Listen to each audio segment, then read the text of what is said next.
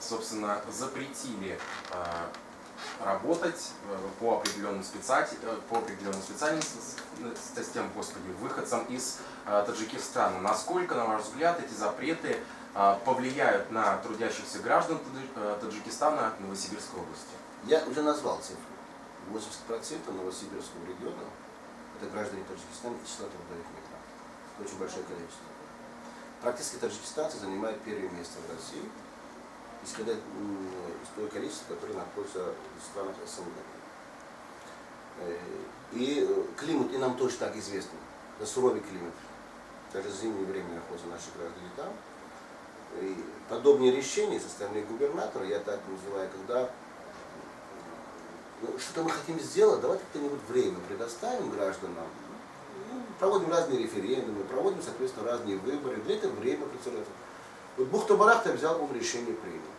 Ну, мне как вот руководителя, да, человеческой организации таджикистанцев России, и как президент международной общественной организации Народной лиги Таджиков, имеющей статус в Организации Объединенных Наций, иногда мне хочется говорить, неужели вот губернатор взял вот силу воли, да, сразу говорит, ребята, все, я закрою вам вообще границы. Если российское государство в лице Кремля не может закрывать общие границы, я вокруг своих, соответственно, регионов закрою вам. Нет. Что он сделал? Сначала он сделал так, говорит, приезжайте, заплатите за патент, а потом, значит, платите ежемесячно, потом, значит, платите по 3 месяца вперед даже, потом поработайте, 3 месяца без зарплаты, но потом вас скажем, ребята, вы нам не нужны, нужны другая сила, нужны российские наши граждане. Я за. Я уверен, что в сегодняшней России и даже в будущей России, если кто-то не скажет, что без трудовых мигрантов можно представить, что будущее, я говорю, этот человек просто не дружит с умом. Это не санкции, которые вам картофель от нас запретили, это не какие-то помидоры красные турецкие. Это люди, которые сегодня выполняют глобальный объем работы за мизерные деньги. Дальше, смотрите, растет преступность, мы же видим. В этой же регионе тоже преступность. Сегодня задолженность, почему преступность? Потому что задолженность в Новосибирске, я сегодня утром почитал, это порядка 58 миллионов. Только 2 руководителя организации задолжали 58 миллионов. Это порядка 3,5 тысяч таджикистанцев остались без денег за 5 месяцев. Это маленькая сумма для такого. А что делать? Есть государство, суверенный Таджикистан, есть суверенное государство России. Мы граждане России.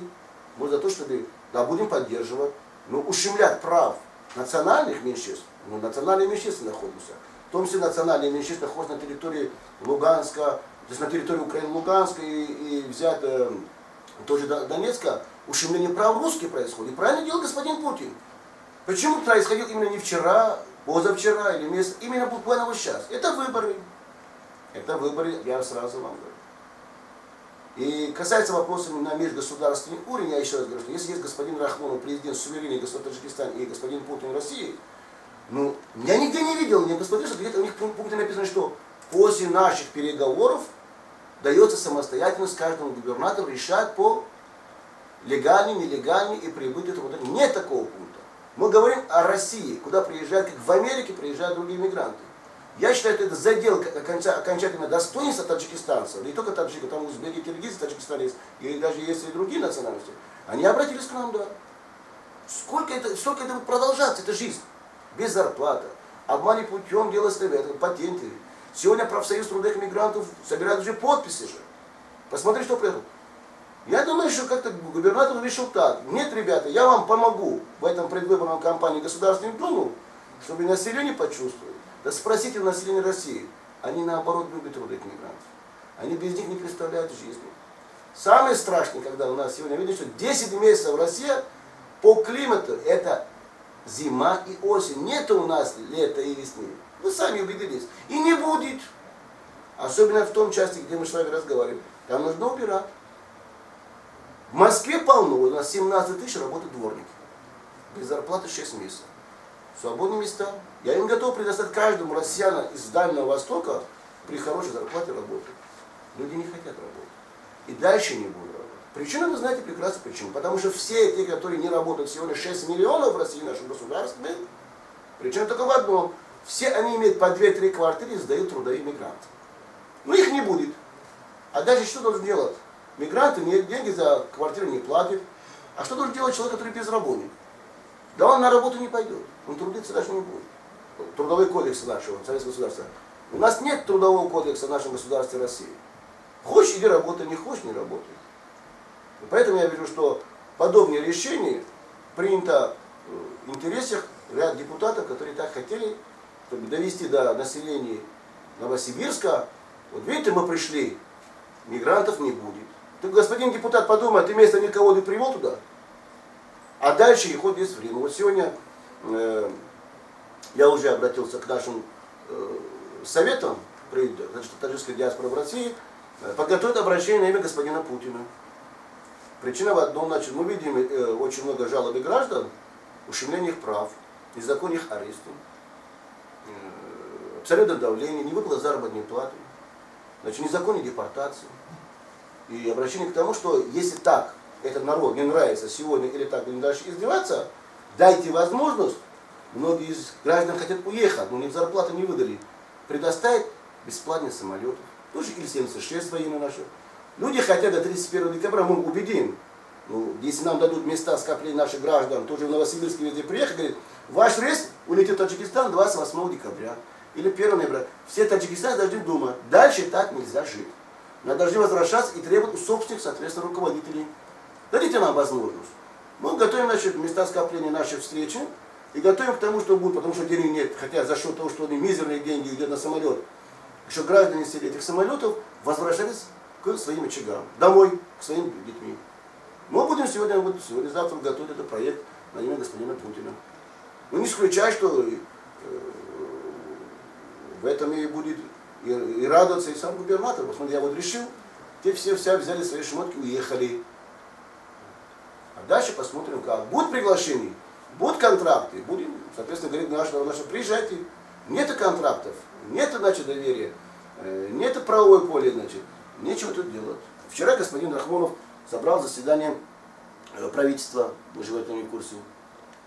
Он поставил задачу перед Министерством иностранных дел и Министерством труда. Ищите других стран. На вечер России пока нет места для трудового мигранта из Таджикистана. Но это, смотрите, страны уже на уровне идет как стратегические партнеры. Подобные вещи, это нас не простят наши дети же. Как это получилось? Страна Таджикистан, это заинтересованные китайцы, американцы все. И это народ не пропадет. Если народ гражданского не пропало, так тем более не пропадет этот народ. У нас ничего не было, гражданская война, все было угодно. Я уверен, что никогда в Таджикистане, как и в Турции, не будет война, потому что народ любит сегодня своих правителей. Независимо даже, как тяжело или как. Но сегодня государство дает о себе знать Таджикистан. Хватит. Мы знаем. Все то, что есть, происходит в России, все вешайте на граждан Таджикистана. Тоже наркоту, который может быть за грамм, за 20 грамм, таджику сажают 15 лет, а представители власти Уральского нашего округа мешками привозят 15 лет, потом амнистии. Представители контроля за наркотиками комитетов. Но об этом же знает мировое сообщество. И что сделало государство России? Наше. Все работодатели, которые сейчас посмотрели мы с вами, на уровне губернатора, обратились в Министерство юстиции России. Ликвидировать общероссийское общественное движение. Суд проходил даже. Смешно суд, спектакль. Еще продолжение суда будет. Это суд дойдет до Европейского суда. Как миллионы таджиков бросят на улице, при этом вы хотите кому-то как губернатор еще? Ну передайте таджикам, кому передайте? Нет, хаос нужен. Рабство приветствовали. И подавление извне различных организованных преступных групп и Министерство юстиции давил на Верховный суд России, который поставит окончательную точку на существование российской нашей демократии. И средства массовой информации России молчат. К нам кто приезжает? BBC, Радио Свободы, те американские, те западные, АРД, ЦДФ. Дайте нам интервью. Но мы же в России живем. Какое интервью? А информация до Кремля не доходит. Кто этим делом занимается? Что их заинтересовано? Для того, чтобы прекратить ликвидировать общественное движение, в верховных судах в таком подобии нужно минимум 30-50 миллионов рублей. Кто заплатил? Ну же видите, когда событие было со Следственным комитетом же. Вор молодой, решил, заплатил, генерал получил. А как так? Таджики требуют свои деньги. Тоже губернатор Новосибирска. А не легче их убрать? Кто их будет защищать? Президент Таджикистана? Да, скажет. Вы извините, дипломатия, говорит, вы извините, это не ваша работа. Общероссийское общественное движение. который зарегистрирован до сих пор в российском государстве нашем, вот он будет защищать. Значит, ликвидировать его. 50 тысяч газет выходит. Ни в одной национальной диаспоры нет. Сайт наш мигрант. Миллионы граждан, миллион сообществ уже знают об этом. А в российском нашем демократическом государстве говорят, нет, ребята, вы не нужны. Будет история. Но хотелось бы не ту историю, которую мы сегодня создали по отношению к сегодняшним таджикам, как это совершено по отношению к грузинам. Тоже соседи наши. Многие фильмы, вы знаете, в Советском Союзе еще совместно были сняты. Это наша история же. Я тогда не понимаю вообще, мы когда говорим о День Победы, надо давать, да, это День Победы не советского государства, тогда уже. Это День Победы надо конкретно русского человека. И мы будем поддерживать. В нынешней ситуации, вы знаете, рабство, говорит рабство, и при организации Объединенных Наций мы имеем сегодня голос наравне там, с американцами, собственно, Совет Безопасности же. Если мы говорим, там голос имеем. Посмотрите, ситуация связана, мы защищаем наших спортсменов и правильно делаем, по допингами. А в собственном государстве не хотим навести порядок. Доверяем, передаем ОПГ. На, бери Следственный комитет ОПГ, Минюс, бери ОПГ, давите на простых людей. Хотя Владимир Путин правильно сказал в своей цитате, когда в Кремле собрал всех. Прекратите давить на общественных организаций путем давления со стороны правоохранительных органов. Ну прекратите. Человек говорит, нет, мы совершаем преступление. Ну скажите, а этот вот запрет, он вам не кажется, что это унижение, что это вообще получается некий фашизм такой, как бы вот есть люди так, ну, грубо говоря, что одни и те же люди не могут заниматься одинаковыми какими-то своими обязанностями профессиональными. Вот мы говорим в частности про Новосибирск, если запрет говорить, это унижение?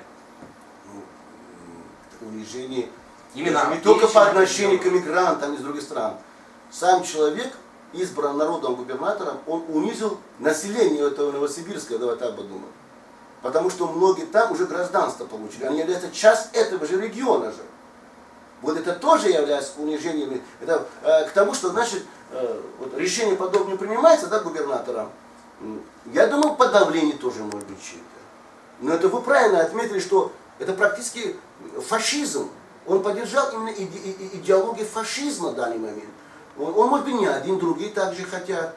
Но другая сторона, смотри, когда господин Собянин говорит, благодаря сегодня мигрантов и их недоходов, которые приносят по 4200 рублей, составляет больше, чем олигархов, магнатов в нефтяной компании, налоги в Москве живут. А если этих мигрантов не было, а что в Москве построили? Тем более, посмотрите, знаменитый наш детский мир на Лубянке построили таджиками бесплатно. Где их 100 миллионов рублей? Где 100 миллионов? 14-15 год до сих пор бегают люди. А заказчик ВТБ 24. Завтра там собирается, граждан Таджикистана, это метро Тульский, один из глобальных офисов, будет требовать свои деньги. Поэтому то, что вы отметили, я вас поддерживаю. Подобные решения по отношению, вот вчерашнее тоже заявление, что граждане Таджикистана расстреляли пост ГАИ. Но почему таджиков называют везде? Потому что когда мы говорим слово еврей, мы уважение имеем к руководству Израиля. Боимся. Потому что от них много чего зависит. В основном в России зависит это умные люди. Зависит от Соловьева, зависит, от Сатановича зависит, от другого, от третьего, от покойного Березовского зависит, от какого-то журналиста Олега Лурена, или как там, тоже, который сидел там в СИЗО, получается, якобы он стал вором в законе выходит. Вот мы этих не будем называть. А назвать азербайджанцев, там, подождите, ребята, там у них Каспийское море рядом, там нефть. Давайте таджиков. А почему не узбеков? Потому что узбеки это держава уже в Средней Азии. Попробуй что-нибудь скажи. Каримов тоже проснется, скажет. И сегодня Рахмонов много делает. Он тоже как человек восточный, ну столько уже терпел он, 23 года терпел. Ну высказал свою точку зрения. Вот обратите последние даже встречи были на уровне министра обороны, да, который проходил в Азербайджане. Там не было первой лица Таджикистана. Это о чем говорит? Таджикистан постепенно считает, что эти унижения, это оскорбления, а тем более многие из таджикистанцев через Россию поехали, были завербованы в странах, которые вошли ИГИЛ, так называемые Сирия, Ирак, все остальные же. Это тоже, мы об этом же говорили, вербовка происходит места скопления же. Но об этом, скорее всего, Таджикистан тоже думал. Наша информация практически передавалась всем, начиная снизу до верху. Но меры не хотели принимать, потому что не дадут зарубежные, называемые так ЦРУ, ревизионное управление, не даст, чтобы что-то решение принимать по отношению к улучшению жизни сегодня трудовых иммигрантов. Куда делается концепция миграционной политики? Куда делся федеральный мигрантский, который сам человек, Рамадановский, находясь у власти, отдает по 20 миллионов кредит своей секретарь. Ну это же факты есть. Что, пропускай проверял. Откуда? Вот это все была наша миграционная политика. За сутки лишают гражданства в России таджиков. За сутки. И, соответственно, передают. То это период в Таджикистан, то это период в Турцию, то это период в Ирак. Этих людей лишают. А с такими трудностями, которые они сталкивались в получении гражданства. Это не один день, годами. А вам известно еще, может быть, о каких подобных же таких запретах в других регионах? Или это Новосибирск пока отличился только? Нет, все всегда были. У нас в нашей истории России где-то это все и происходит. Я прекрасно помню, что в основном это происходили в Москве. В Москве происходили. Но когда я обратил внимание на главных этих лидеров, да, вот этих лидеров, которые решили в Екатеринбурге, соответственно, тоже были же события связаны. В Краснодаре, когда сейчас он министром сельского хозяйства у нас, тогда был губернатором Краснодара жил, он вообще там запретил таджиков. Он говорит, это есть цыгане. Краснодар когда? Это что было? Это строительство было таким глобальным базе, связано с Олимпиадой 2014 года. Сочи же работали 18 тысяч таджикистанцев. И ушли, половина из них без денег тоже. И до сих пор денег нет. Штаб находится в Москве же. Они принимали участие же. Вот это все то, что мы сегодня говорим. Я не могу быть сегодня губернатором, если вижу, что по моим данным, в населении, которое, допустим, 6 миллионов краснодарцев, из 6 миллионов, пускай 2 миллиона будут дети, старики и пенсионеров, еще 104 миллиона там различные структуры власти получается. Если миллион работающий, это миллион еще не хочет работать, я не могу развивать регион без помощи трудовых мигрантов. Если это трудовых мигрантов не будет вообще в регионах, обратите внимание, ни один из представителей власти не будет претендовать на роль губернатора. Также в Москве 2 миллиона. А по патентам посмотреть, там 450, 500, 600 тысяч якобы дают. 2 миллиона, как они получили патенты? Они все платят в разные места же. Работали в сфере, в том числе ЖКХ мы берем же. Это самое страшное для всего нашего народа, который бесплатно работает, сегодня по 2-3 объекта берут. Поэтому говорить, что только это происходит в Новосибирске, это не так. И последнее, вы уже об этом сказали, но я вас чуть покороче прошу по концентрированию сказать, значит, какую жалобу, какую бумагу вы готовите и куда вы ее собираетесь подавать. Вот посмотрите, я коротко скажу. Вот эти папки, которые вы видите, это все обращения на уровень президента, уполномоченного по правам человека, Федеральной службы безопасности, МВД, ФСБ, России и Таджикистана. Ответ однозначно. Если уголовное дело, состав преступления отсутствует, если, соответственно, административные дела, если обращение граждан, факты не найден, значит, все делается на уровне закона. Вот вы вместо меня, вы написали бы бумагу, просто ради уважения вас, я бы не писал больше. Достаточно тот материал есть. Результат — Верховный суд России. Ликвидировать, потому что нет ни одной организации, Министерства юстиции, то, что имеем мы, то, что мы сделали, то, что продолжаем и делать даже, закон о общественных денег есть, нет ни одного протокола на уровне национальных диаспор. А 1800 листов передано в Верховный суд и также Министерство юстиции о нашей проделанной работе. Поэтому наше обращение, только единственное к президентам России, мы изучали этот факт, изучали вчерашние события, которые связаны незаконно обвинили таджикистанцев, прилетели туда топором все остальные и назвали разные средства массовой информации, тем более МВД. Сейчас пока никто не просил извинений. На следующий день уже известно, чеченцы там даже видно. Роль играет чеченцы, ингуш кто? Это граждане, которые они являются бандитами. Ну, можно было назвать бандитом? Нет, таджикистанцы. Или таджик совершил. Но это сразу. Да. Поэтому обращение мы готовим на имя господина Путина. Это более, так, значит, со всеми фактами, которые есть. В частности, по тюрьмам России. Не может человек сидеть в тюрьме, который не совершал преступление. Он не может там находиться. Это заказные варианты. И в целом, к тому, что мы видим вариант единственный, чтобы прекратить это все называемое издевательство, аресты граждан в спецприемниках, и с документами в чем дело, дать возможность коридор до 31 декабря, потому что 148 тысяч граждан Таджикистана сегодня, находясь в России, у них запрет, провели и депортации, у них нет заработной платы, которую не выдавал работодатель, они хотят поехать, надо предоставить, даже авиакомпания Министерства обороны, там есть военная база 201, что они возвращались на родину. А 31-го, если на следующий год контракт не будет, тогда надо уже приехать в Россию. Я обращаюсь и к вам, и к гражданам Таджикистана. Вы на нас не обижайтесь. Я говорю то, что это есть, это реальная картина. Мы должны покинуть территорию Таджикистана только с одной целью, если у нас там создана безопасность. Сегодня есть страх, есть, соответственно, те вопросы, которые не решаются в миграционной политике. И независимо от дружеских отношений с Россией и Таджикистаном, по отношению к простым, маленьким, молодых парней, принимаются те решения, которые нам, старшим, стыдно. То, что принимал, соответственно, господин губернатор, это вдвойне стыдно. Зарплаты, это зарплаты. 50 миллионов, да.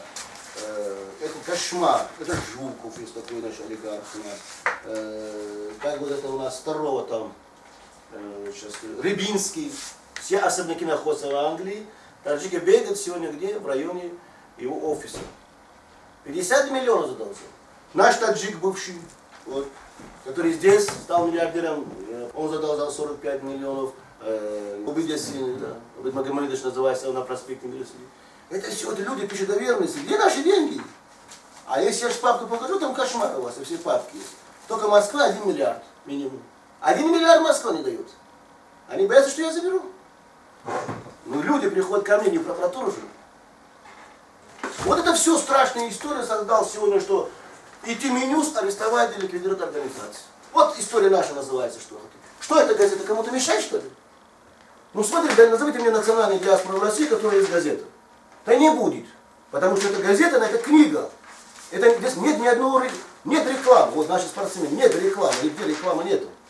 Что они хотят? Вот это все мешает сегодняшней российской нашей демократии. Таджики поднимают голову, они умнее становятся, они говорят, что там неправильно, а раньше такого не говорили. Ну, если я дал такой азбуку им, человеческий закон, который в организации написано, что права человека, соответственно, независимо от страны, должны соблюдаться же. А что у нас получилась такая картина? Ну, независимо, видишь, у нас все есть.